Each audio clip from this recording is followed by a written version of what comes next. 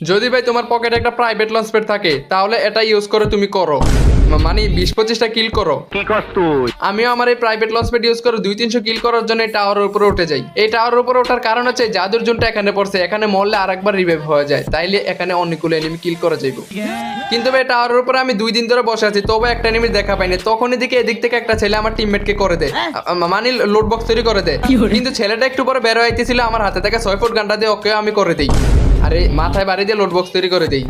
এই ঘটনার এক যুগ পর রাত থেকে দিন হয়ে যায়, এনিমি সন্ধান আর মিলে না। কিন্তু এদিক থেকে আরেকটা এনিমি ছাদের উপর থেকে আমাকে মারার জন্য চলেছে, কিন্তু নিজে লোড বক্সে বাড়িতে চলে গেছে। এইটাকে লোড বক্স তৈরি করে নিচে একটা ছেলে বাংলা গান গাইতে গাইতে সোজা যাইতেছিল, ছেলেটাকে সিঁড়ি থেকে ধাক্কা দিয়ে ফেলে দিই। ওইদিকে আরেকটা ছেলে বেড়া দিয়ে প্রোটিন খাইতেছিল, ছেলেটাকে কয়েক গ্রাম ড্যামেজ দিতে ছেলেটা ডাউন হয়ে যায়। ওর ভাইটাকে আবার ঘাসারাটি হয়েছিল, ওই ঘাসারাটির ভিতরে মারতেছিলাম, কিন্তু ছেলেটা একটু চালাক বেশি, তাই জন্য ছেলেটা আমার হাত থেকে বেঁচে যায়। কিন্তু একটু পরে ছেলেটার বাইকে বাঁচিয়ে 2 ভাই একসাথে এদিকে আইতেছিল, কিন্তু ওর ভাইটা বেঁচে যায়, ছেলেটা আবার আমার হাতে ডাউন হয়ে যায়। এইটাকে ফিনিশ করতে নিচে আরেকটা ছেলে এসে আমাকে জিজ্ঞেস করে, ভাই এখানে এগুলো লোড বক্স হয়েছে কিভাবে? আমি ওকে বাড়ি দিয়ে দেখিয়ে দিই এইভাবে লোড বক্স হয়েছে। এখানে বসে বসে এতগুলো কিল করার পর আমার ভালো লাগতেছিল না, কারণ এরকম ভাবে একটা বংশ শেষ করতে পারি নাই।